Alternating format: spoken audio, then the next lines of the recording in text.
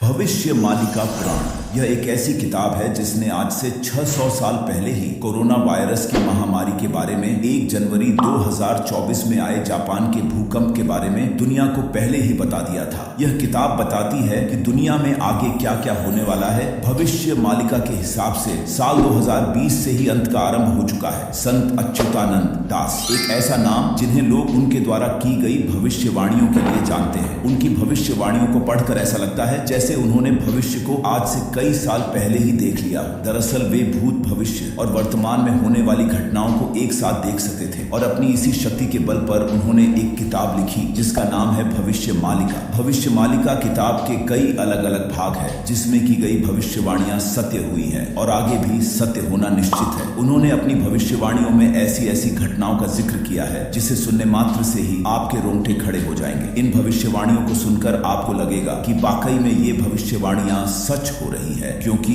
इस किताब को लेकर यह दावा किया जा रहा है कि ये भविष्यवाणियां एकदम सटीक और सही है और ये भविष्यवाणियां सच होना निश्चित है। तो आइए जानते हैं उनके द्वारा की गई भविष्यवाणियों को। नंबर 1, कलयुग का अंत नजदीक है। संत अच्युतानंद दास ने कलयुग के अंत के लक्षणों को भविष्य मालिका में काफी विस्तार से लिखा है। इस किताब के अनुसार घोर कलयुग में लोग ईश्वर को भूल जाएंगे और उनके खिलाफ बोलना शुरू कर देंगे। संसार में धर्म को मानने वाले लोग बहुत ही कम रह जाएंगे और समाज में बड़ों और अध्यापकों का सम्मान खत्म हो जाएगा। धर्मगुरु और बाबा लोग लोगों को बेवकूफ बनाने का काम करेंगे। फर्जी बाबाओं के हाथों लोगों को ठगे जाने की घटनाएं भी आम होती जाएगी। लोग अपनी संस्कृति और सभ्यता को भूल जाएंगे। लोग भ्रष्टाचार और अपराध के रास्ते धन कमाएंगे। अपराधी खुलेआम खतरनाक हथियार लेकर घूमेंगे और इसका इस्तेमाल भी करेंगे। स्त्री और पुरुष दोनों अनैतिक संबंध और अभिचार को अपनाने लगेंगे। कलयुग के अंत से थोड़े पहले खाने के सामान की कमी हो जाएगी। बीमारियां और दुर्घटनाएं काफी बढ़ जाएंगी, जिस वजह से लोगों में असंतोष फैलेगा और कुछ जगह लोग सरकार के खिलाफ बगावत करेंगे।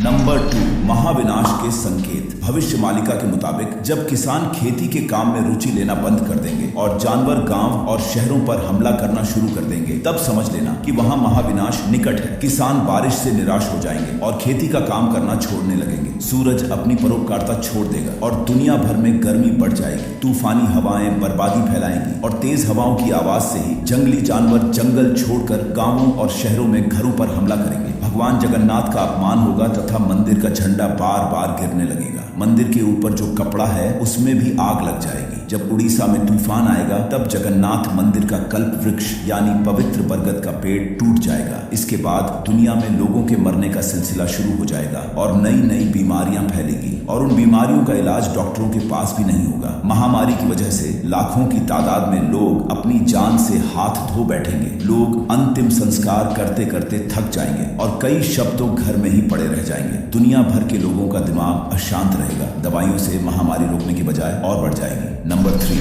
2024 से 2025 के बीच मचेगी तबाही। दुनिया के कई भागों में प्राकृतिक आपदा तबाही मचाते दिखाई देगी। कई देशों में बड़े बड़े भूकंप आएंगे तो कहीं जानलेवा बहुत ज्यादा बारिश होगी तो कहीं भयंकर सूखा होगा, जिससे लोग पानी के लिए तरस जाएंगे। मौसम का चक्र पूरी तरह बदल जाएगा, जिससे धरती पर बहुत ज्यादा गर्मी बढ़ जाएगी। साल 2024 से 2025 तक प्राकृतिक आपदाएं भारत समेत दुनिया भर के लोग झेलेंगे। धरती का तापमान बढ़ जाएगा और गर्मी इतनी बढ़ जाएगी कि लोगों की जान चली जाएगी। 2024 दुनिया में आज तक का सबसे गर्म साल होगा। धरती के कई ग्लेशियर टूट जाएंगे। ध्रुवों पर जमी बर्फ तेजी से पिघलेगी। दुनिया भर में नदियों का पानी कम होने और जमीन के नीचे का पानी गर्म हो जाने से पानी की कमी होगी। खेती में नुकसान होगा। धरती का मौसम चक्र बेहद खतरनाक हो जाएगा। ऋतु चक्र का ध्यान इंसानों के किसी काम नहीं आएगा। दुनिया के कई शहरों और गांवों में बाढ़ से बर्बादी होगी। जल प्रलय की वजह से जंगली जानवर गांवों और शहरों में घुस आएंगे। इस वजह से कई लोगों की मृत्यु हो जाएगी। साल 2024 में धरती पर कई बड़े भूकंप आएंगे जो भयंकर रूप ले लेंगे। यह भूकंप जनवरी के महीने से ही आने शुरू हो जाएंगे और दिसंबर के महीने तक लगातार चलते रहेंगे। भूकंप की वजह से बहुत बड़ा नुकसान देखने को मिलेगा। दुनिया भर में कई चक्रवाती तूफान आएंगे। यह तूफान पहले के किसी भी साल की तुलना में न केवल तेज होंगे बल्कि इनकी संख्या भी ज्यादा होगी। दुनिया के कई छोटे बड़े जंगलों में आग लग जाएगी। यह आग इतनी भीषण होगी कि पर्यावरण का संतुलन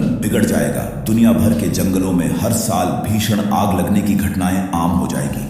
नंबर 4, तीसरे विश्व युद्ध की शुरुआत। जब धीरे धीरे दुनिया में प्राकृतिक आपदाएं बढ़ जाएंगी तो दूसरी ओर शनि के कुंभ राशि में प्रवेश करने पर हो जाएगी तीसरे विश्व युद्ध की शुरुआत। जब यह विश्व युद्ध होगा तो इससे दुनिया दो भागों में बंट जाएगी। तीसरा विश्व युद्ध इतना भयानक होगा कि लोग आत्महत्या करने पर विवश हो जाएंगे। भविष्य मालिका के अनुसार तीसरे विश्व युद्ध का मुख्य कारण आपसी जमीनी विवाद, भूखमरी और आंतरिक गृह युद्ध होगा। इस युद्ध में परमाणु हथियारों का इस्तेमाल होगा और इस वजह से धरती पर ज्यादातर लोगों की मौत होगी और कुछ ही लोग बच पाएंगे। नंबर 5, आसमान में दिखेंगे दो सूरज। आसमान में दो सूरज जैसा आभास होगा। एक सूरज होगा और दूसरा कोई और आसमानी चमकती वस्तु होगी। यह चमकती वस्तु कोई छोटा उल्का पिंड या फिर धूमकेतु हो सकती है। भविष्य मालिका के मुताबिक यह उल्का पिंड तब गिरेगा जब भारत में युद्ध चल रहा होगा। यह उल्का पिंड दिन के समय हिंद महासागर, बंगाल की खाड़ी में गिरेगा। इससे बड़ी सुनामी आएगी और सुनामी में ओडिशा की 6 जिले जलमग्न हो जाएंगे और भगवान जगन्नाथ मंदिर की सीढ़ी तक पानी आ जाएगा।